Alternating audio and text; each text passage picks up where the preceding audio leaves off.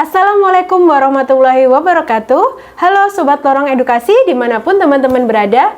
Ada info menarik nih dari panduan PKM tahun 2025. Pada tahun sebelumnya itu belum pernah ada tema-tema yang perlu teman-teman kaitkan dengan proposal PKM yang teman-teman susun. Kali ini di panduan PKM tahun 2025, teman-teman harus mengaitkan proposal PKM yang teman-teman susun dengan tema-tema yang telah ditetapkan.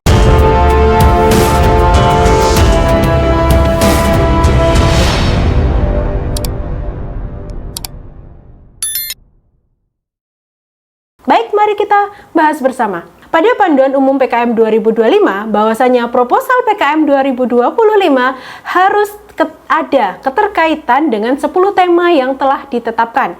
Maka di branding di sini bahwasanya PKM tahun 2025 kita sebut dengan PKM tematik 2025. Apa sih 10 tema PKM tahun 2025 ini? 1. Yaitu kemandirian pangan, energi, dan air. Kemandirian pangan itu merupakan salah satu kunci untuk membangun ketahanan dan kemandirian pangan nasional. Topik PKM diharapkan dapat memicu nih di sini ide kreatif mahasiswa dan membantu Indonesia menjadi negara yang mandiri dalam produksi pangan.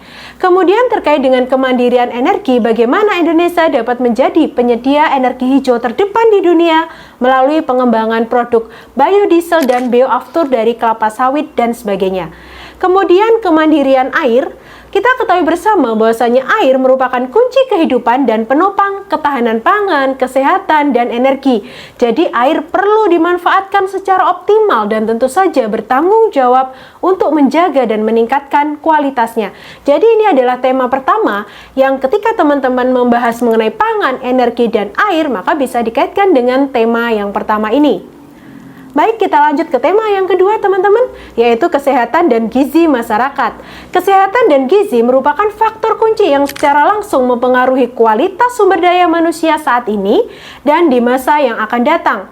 Di sini juga teman-teman bisa berbagi ide kreatif, teknologi tepat guna, dan pengembangan sistem yang diperlukan untuk meningkatkan kesehatan dan gizi masyarakat. Kemudian teman-teman juga bisa mengaitkan di sini antara gizi dan kesehatan masyarakat dalam membangun sumber daya manusia yang handal. Seperti itu teman-teman.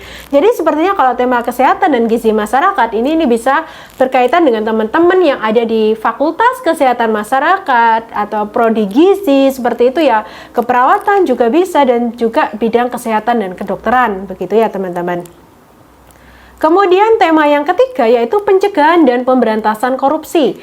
Korupsi kita ketahui bersama bahwa merupakan sumber kebocoran anggaran dan berbagai aspek pembiayaan dalam pembangunan nasional yang dapat merusak perekonomian masyarakat dan tatanan sosial. Kemudian sebagai upaya menekan angka korupsi tersebut, maka kita sebagai mahasiswa perlu berbagi gagasan bagaimana untuk mencegah dan memberantas korupsi. Nantinya diharapkan berdampak pada efisiensi penggunaan anggaran serta pembangunan menjadi lebih efisien dan meningkatkan reputasi Indonesia di mata dunia. Itu ya untuk tema yang ketiga yaitu pencegahan dan pemberantasan korupsi. Tema yang keempat yaitu pemberantasan kemiskinan. Angka kemiskinan Indonesia yang relatif tinggi itu merupakan permasalahan yang harus diselesaikan dan dipertimbangkan bersama.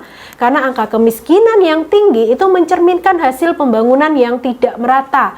Nah, di sini bagi teman-teman yang konsen untuk bagaimana mengentaskan kemiskinan atau memberantas kemiskinan, maka bisa teman-teman kaitkan dengan tema yang keempat. Baik teman-teman, berikutnya yaitu tema yang kelima, pencegahan dan pemberantasan narkoba. Kita ketahui bersama bahwa banyak generasi muda yang telah mengalami kegiatan atau telah mengalami penyalahgunaan narkoba. Penyalahgunaan narkoba itu dapat merusak produktivitas dan kualitas hidup masyarakat.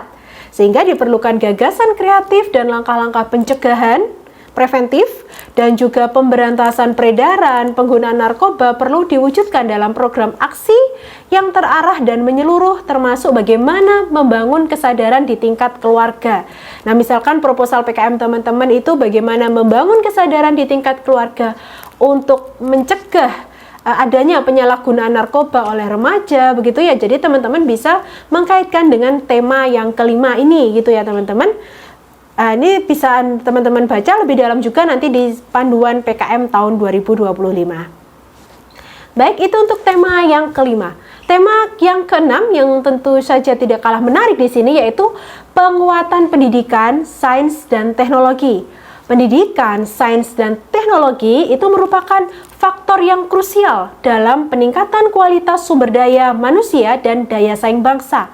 Indonesia menghadapi berbagai permasalahan di bidang pendidikan, sains, dan teknologi yang menuntut adanya pemikiran dan pemecahan masalah dari berbagai lapisan masyarakat. Artinya di sini, rekan-rekan mahasiswa adalah bagian dari masyarakat yang harapannya juga bisa memberikan solusi bagaimana peningkatan kualitas pendidikan, sains, dan teknologi. Oke, ini bisa diambil tadi ya untuk tema ke-6 bagi teman-teman yang FKIP seperti itu ya, kemudian MIPA gitu karena kaitannya dengan sains dan teknologi, atau teman-teman dari prodi yang lain juga bisa untuk mengambil di tema yang ke-6 ini kaitannya dengan pendidikan, sains, dan teknologi. Baik, kita lanjut ke tema yang ke-7 teman-teman, yaitu penguatan kesetaraan gender dan perlindungan hak-hak perempuan, anak, dan penyandang disabilitas. Daya saing suatu bangsa tidak hanya ditentukan oleh kekuatan ekonomi semata, tetapi harus menjamin kesetaraan gender dan perlindungan hak-hak anak, perempuan, dan penyandang disabilitas yang merupakan hak-hak dasar warga negara. Kemudian nanti teman-teman mahasiswa di sini bisa mengajukan gagasan kreatif mahasiswa terkait kebijakan dan inisiatif yang diharapkan dapat melindungi hak-hak kelompok tersebut.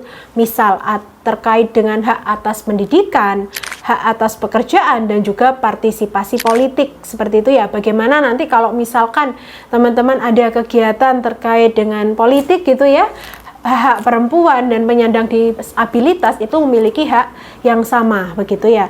Dan terkait dengan tumbuh kembang anak, maka dipastikan bahwa tumbuh kembang anak serta kecukupan gizi merupakan bagian penting dalam perlindungan hak-hak anak begitu ya. Jadi kalau teman-teman membahas mengenai ini, kesetaraan gender, perlindungan hak anak, perempuan, dan penyandang disabilitas, maka teman-teman bisa mengkaitkan di tema yang ke-7. Kemudian tema yang ke-8 yaitu terkait pelestarian lingkungan dan mitigasi bencana.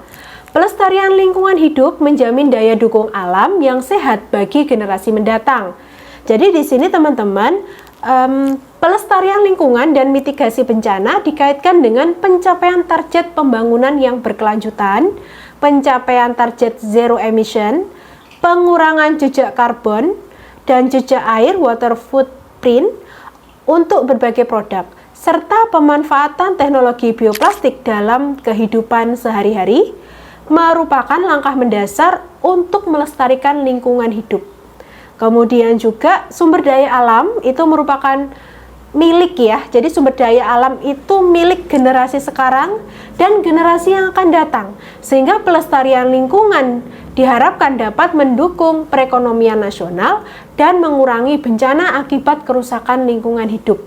Ya, sebagai contoh, misalkan teman-teman ada program PKM pengabdian masyarakat menanam mangrove gitu ya. Nah, menanam mangrove di pesisir pantai itu adalah contoh dari pelestarian lingkungan. Nah, berarti teman-teman di sini bisa masuk di tema yang ke-8, pelestarian lingkungan.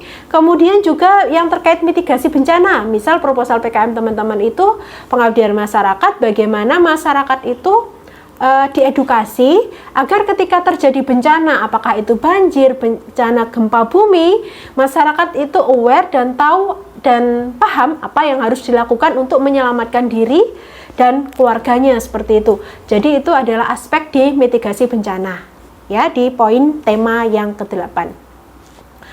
Baik teman-teman, berikutnya di tema yang ke-9 yaitu pemerataan ekonomi, penguatan UMKM, dan pembangunan Ibu Kota Negara IKN.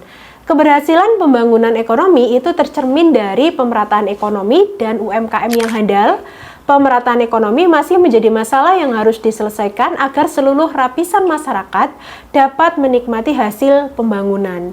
Penguatan skala ekonomi dan pengembangan kelembagaan UMKM serta kewirausahaan perlu dilakukan. Nah, apa kira-kira? Berarti kalau kita lihat, kalau penguatan UMKM ini bisa juga PKMPI gitu ya teman-teman. Jadi PKMPI, misalkan teman-teman membuat website untuk memudahkan pemasaran bagi UMKM tertentu gitu ya, atau teman-teman buat produk untuk memudahkan proses produksi pada suatu UMKM. Nah, berarti PKMPI teman-teman tadi yang seperti itu bisa dikaitkan dengan tema yang ke-9 begitu ya. Kemudian PKM kewirausahaan, PKMK, berarti bagaimana teman-teman melakukan suatu usaha, suatu kegiatan wirausaha. Nanti kan di situ sebagai upaya teman-teman untuk meningkatkan kemampuan ekonomi. Berarti di situ teman-teman masuk di kategori yang ke-9 gitu ya. Pemerataan ekonomi, penguatan UMKM, dan pembangunan ibu kota negara. Baik, kita masuk ke tema yang terakhir, yaitu tema ke-10 tentang pelestarian seni budaya dan peningkatan ekonomi kreatif. Pelestarian seni budaya serta peningkatan ekonomi kreatif merupakan bagian yang tak terpisahkan ya dari jati diri bangsa. Berbagai permasalahan bangsa dapat diselesaikan dengan memanfaatkan kearifan lokal yang sudah mengakar dalam masyarakat. Jadi kalau pelestarian seni budaya ini bisa teman-teman biasanya ini dilarikan di PKM RSH ya, kalau pengalaman sebelumnya PKM Riset Sosial Humaniora. Dan juga peningkatan ekonomi kreatif bisa juga dilarikan ke PKMPI atau PKM Karya Inovatif juga bisa ya. Bagaimana untuk menciptakan suatu kegiatan ekonomi kreatif untuk menggerakkan pembangunan ekonomi. Sehingga di sini dari uraian tersebut berbagai pemikiran dan gagasan kreatif tentang mewujudkan pelestarian seni budaya serta peningkatan ekonomi kreatif diharapkan tidak hanya dapat menjamin kelestarian budaya secara berkelanjutan teman-teman, tetapi juga dapat meningkatkan kualitasnya. Ya, baiklah teman-teman, itu tadi adalah 10 tema PKM yang nantinya harus teman-teman kaitkan dengan isi proposal PKM teman-teman gitu ya, masuk tema yang mana proposal PKM yang teman-teman susun. Nah, ini sumbernya dari panduan PKM 2025, teman-teman bisa baca di sana dan dicermati. Baik, terima kasih teman-teman, stay tune selalu di channel YouTube Lorong Edukasi. Terima kasih. Wassalamualaikum warahmatullahi wabarakatuh.